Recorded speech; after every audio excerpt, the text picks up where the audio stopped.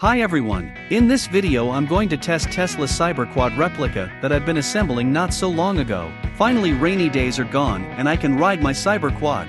I marked 3 main points in my opinion in Cyberquad: convenience during the driving, suspension and Cyberquad's dynamics, which is not so fine. The reason is its small electric motor with capacity of 3 kilowatts. Cyberquad starts but makes it slowly. According to my conclusions after working with Tesla, such Cyberquad needs an engine rated by 8 kilowatts with a peak of 16 kilowatts. In this way the dynamic will match its appearance, as I think. What I really liked in Cyberquad was the suspension. It didn't even have to be adjusted. It stands all the irregularities, nothing creaks or thumps. Perhaps I'd like to lower the back stand for a couple of inches, but more likely the spring can weaken over time and Cyberquad's rear part will lower itself. There are no claims to the footrests either.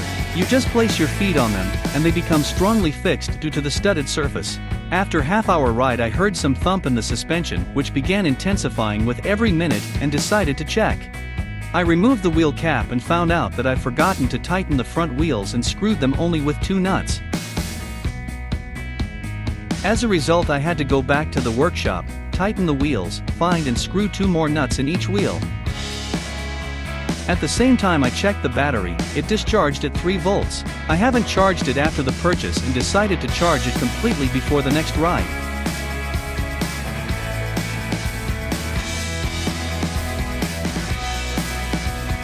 It was charging about 3 hours.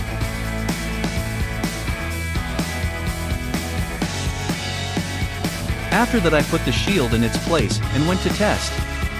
I also noticed that during the seat I constantly hit the wings with my feet, but probably it wasn't a defect, but a matter of habit. At 80 volts Cyberquad began to move more briskly, but the dynamics was still lacking.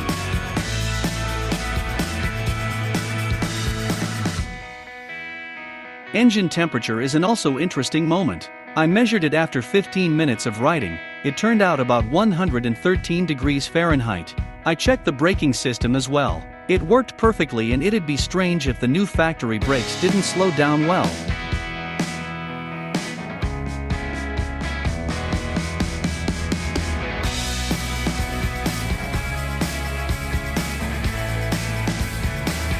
And at last I checked the maximum speed. It was about 38 kilometers per hour. After such workloads the engine warmed well up to 158 degrees Fahrenheit. Here's another conclusion. It's not easy for it to stand in such heavy construction. It'll be enough for some bicycle or motorbike. But still we got quite successful Cyberquad construction. It is convenient to ride, the suspension overpasses all irregularities, and its appearance is also at height. There's only left to solve the problem with engine, and it'll be a bombshell. I'll try to solve this problem in the next part. In the meantime, thanks everyone for your attention. If you enjoyed this project, like it and write down the comments. All the details and dimensions of Cyberquad will be in my group. And by tradition, see you in the next video.